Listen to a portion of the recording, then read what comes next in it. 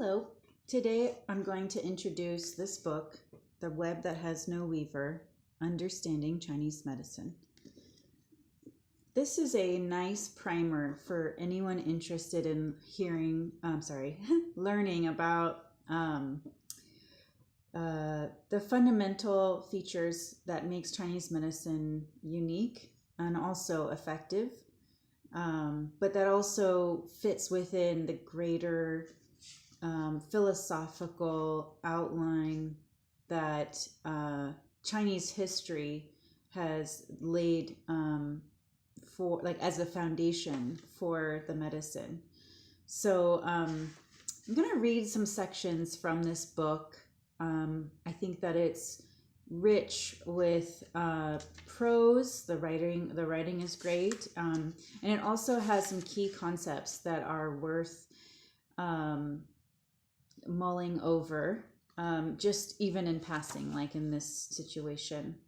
So I'm going to start on this version. I believe this is the second edition. I also have this edition, The Web That Has No Weaver, with a different cover. It was written quite some time ago. The original publishing was in 2000, so already 23 years ago. And then today I want to go through just chapters 1 and 2 and touch upon some of these key concepts where medicine, East and West, meet. So I'm going to begin with this concept of yin and yang.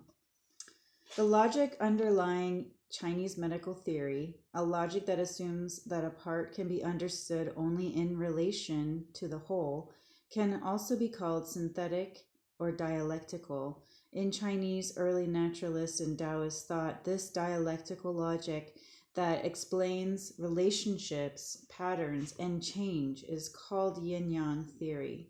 Yin Yang Theory is based on the philosophical construct of two polar complements called yin and yang. These complementary opposites are neither forces nor material entities.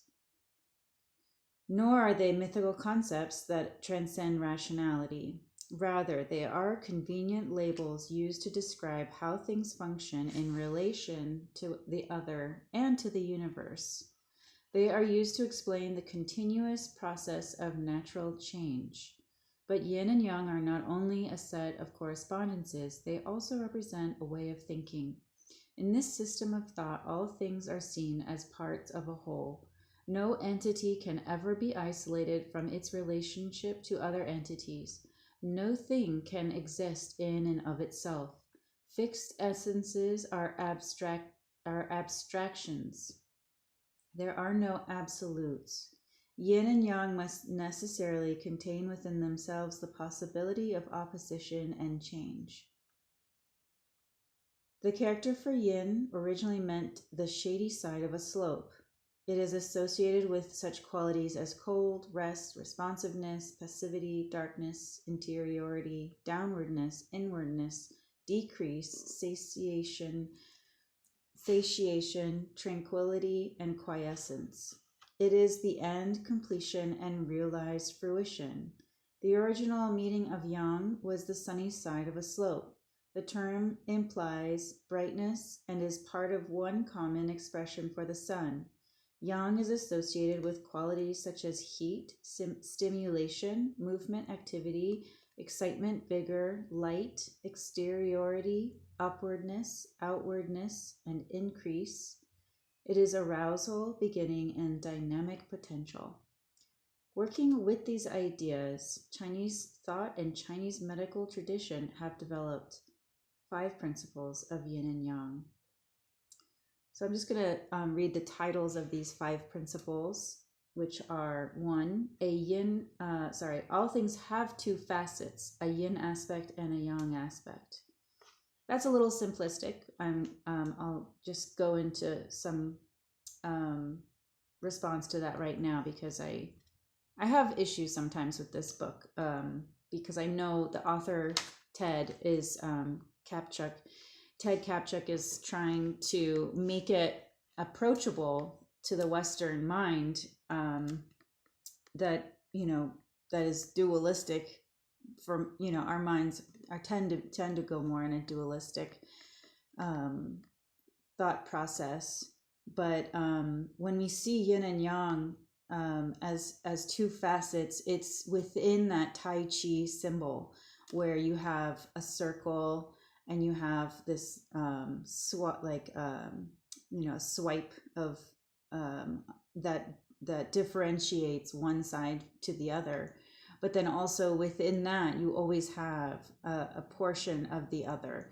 So even though you see this symbol that represents two sides of an image, or two, like a light and a dark, there within that entirety is the whole picture. So what people tend to do is they don't remember that that's actually within the circle. So even if we see it as having two facets, or two angles through which we could see this, like two maybe lenses. It's not even lenses. It's really like like shadows, like a shadow of one or the other. You have light and you have shadow of that light. But either way, you're approaching the object from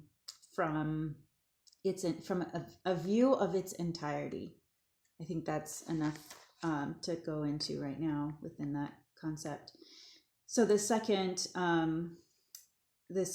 other second aspect of yin yang is that any yin or yang aspect can be further divided into yin and yang. That is very well put and succinct, because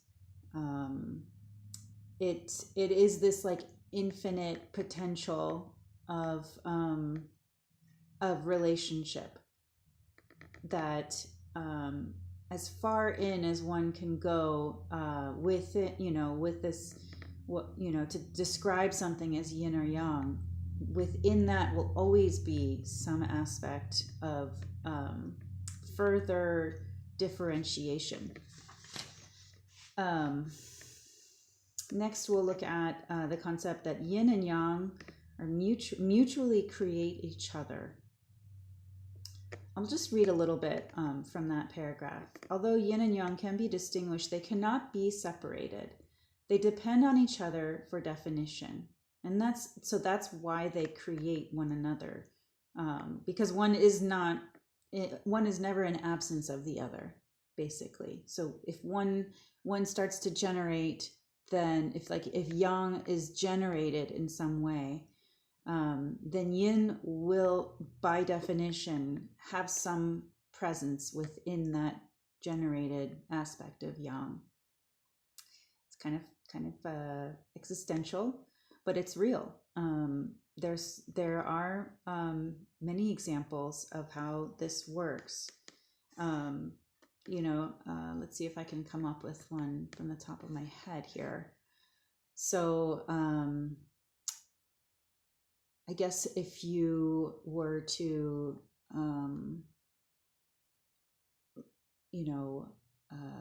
let's talk about plants. That's always easy for me, is to think about a plant. So for instance, let's say a seed. So this infinite potential, right? If you, even by planting a seed, you're going to start, say the seed is that's more of a yin. The yin has that potential substance, but it also has the potential of life giving. So within that seed, you have yin and yang. And so as you start to bring the seed, as the seed comes to life, you're generating more aspects of that yin and yang simultaneously. Because you have the yang of the outward expansion of the seed growth. And then you also have the yin aspect of containment within that body that's growing. And also the fluids, the form, all of that is yin in essence.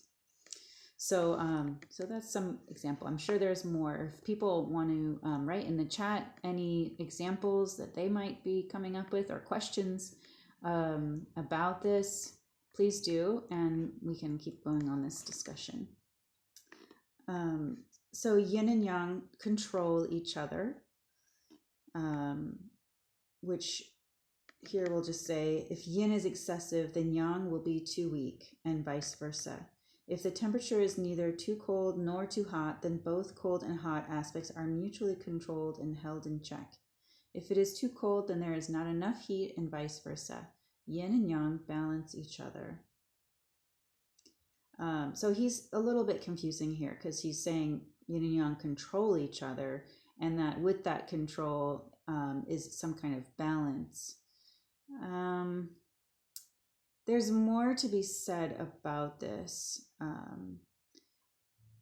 and I'm not sure he's really covering that subject quite thoroughly, but I'll say for example, when we talk about blood in Chinese medicine, we talk about how blood flows through vessels, and if one were to say that the blood was the yin aspect, or just to kind of start the conversation, right? We're always like starting from somewhere, which is why we use yin and yang as this like guiding light or guiding shadow. Either way you want to look at it, it's going to point us towards some other understanding within the concept that we're exploring, or the phenomenon, right? This idea that yin and yang are ways of describing phenomenon and direction, and and all these things that we're going over right now.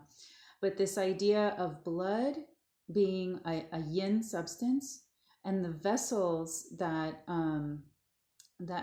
hold the yin substance having more of a yang nature. But even within that, you could say there's a yin nature within that holding, but that the yang kind of gives it form and restriction a little bit. Well, again, it's hard to distinguish sometimes what's yin and what's yang, but the heat that is carried with blood when it's living substance like that, the heat within the blood, that is a yang, that could be considered the yang aspect.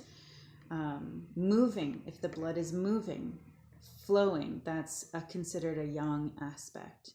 If the blood is static and if it turns a darker color, that's considered the yin aspect. So so they're controlling one another. Yin and yang transform into each other. So that's principle number 5. The idea of its organic process that we touched upon. I'm going to show this Tai Chi symbol in case people had forgotten what that looks like. That is the significance. Yin is the dark, yang is the light, and how they're constantly transforming into one another and never apart. So they're not mutually exclusive. They're always integrated. They're controlling is the way that they control is just by looking at this symbol. It's like if one is filling one space, that's controlling the amount that the other can fill. Okay, and I want to keep this part here. This is very key, and I think I'll end chapter 1. Or yin yang, this concept of yin yang, one of the first videos that I'm making right now, which is appropriate. That the Chinese assume that the universe is continuously changing. Its movement is the result not of a first cause or creator, but of an inner dynamic of cyclical patterns.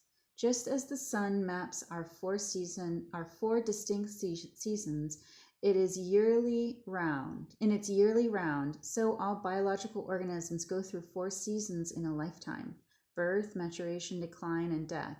The constancy of the cosmos is in these patterns of change, which are regular. The cosmos itself is an integral whole, a web of interrelated things and events. Within this web of relationships and change, any entity can be defined only by its function and has significance only as part of the whole pattern. This metaphysics that emphasizes the perception of patterns is basic to Chinese thinking. It results in part from Taoism, which altogether lacks the idea of a creator and whose concern is insight into the web of phenomena, not the weaver.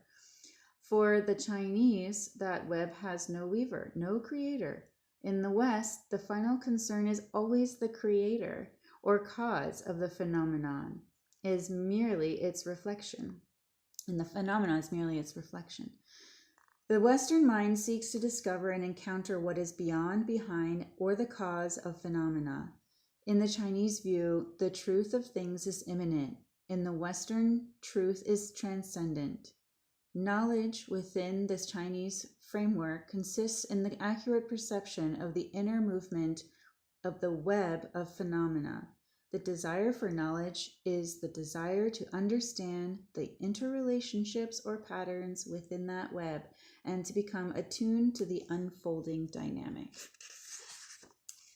So these thoughts of not just, the medical framework of Chinese medicine is rooted in this phenomenology. It's and it's interesting how Ted puts the context of how he also came up with the name of this book, The Web That Has No Weaver, to illuminate and spotlight the concepts, that very fundamental difference between a Western mind as seeking this sort of creator as the let's get to that, what they might be considering. They want to know where it all comes from a single, as if they were tracking down a source cause, as if the rest of life wasn't affected, or it gives agency. It gives way too much agency to any one thing. And for me to take it a little further, it's like we're looking for somebody to blame for things. Why, I want to know who did it, kind of thing. Whereas the Chinese viewpoint, and I'll just say the Taoist viewpoint, because who knows, so many Chinese, it's not there. It's, Taoism is the historical Chinese. Modern Chinese, we, much more pluralistic than we can say as Taoist. So I'll just say the Taoist concept is much more about relationships. It's that web that, by not giving it that creator, that sort of, the inception. We're not looking at inception so much as the, how is this woven? How are things related?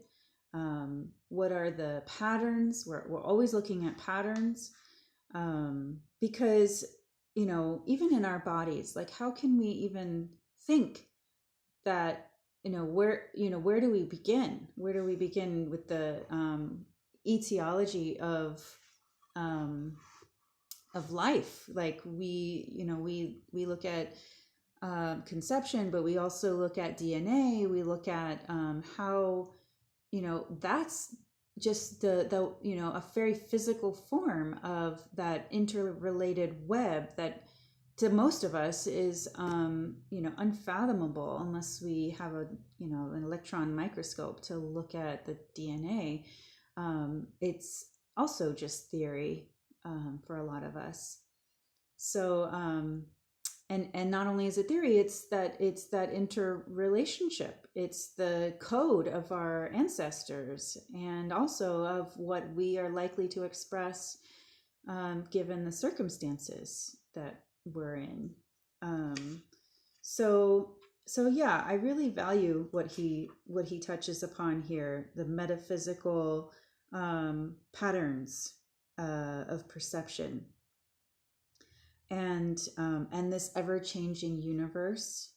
I do believe that there's some sort of fusion that's emerging with the ancient Taoist phenomenology, but I also think that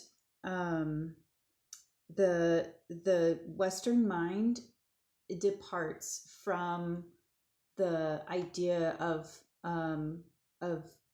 forward thinking in terms of the progression of patterns. I'm not a Western scientist, but from my experience, it seems as though the Western medicine is always kind of trying to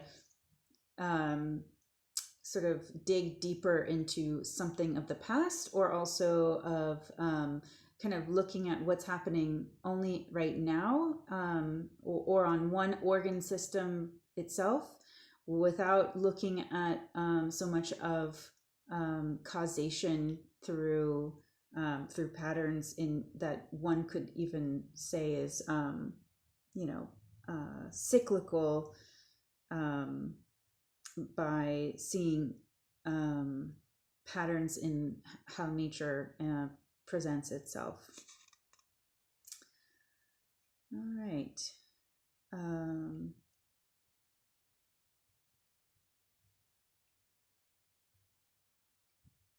Yeah, I want to also just offer this gratitude to the Taoist scholars and historians that have brought this information to us, and yeah, and I hope that there's a future where more Western minds can adopt, or at least to recognize the truth, because right, how do we say truth to this? What's true? My understanding for truth is when it's when something can be felt and seen, and also maybe not felt or seen, but is consistent with life energy. Yeah, so life energy, I think, being a felt sense as well as a shared sense. And I will also say that even that idea of truth is just an idea. It's not, so we can't ever say that any one concept of life is a truth or a not truth, but it comes close. It comes close for me and many others to see life as phenomena, and wellness and medical wisdom as this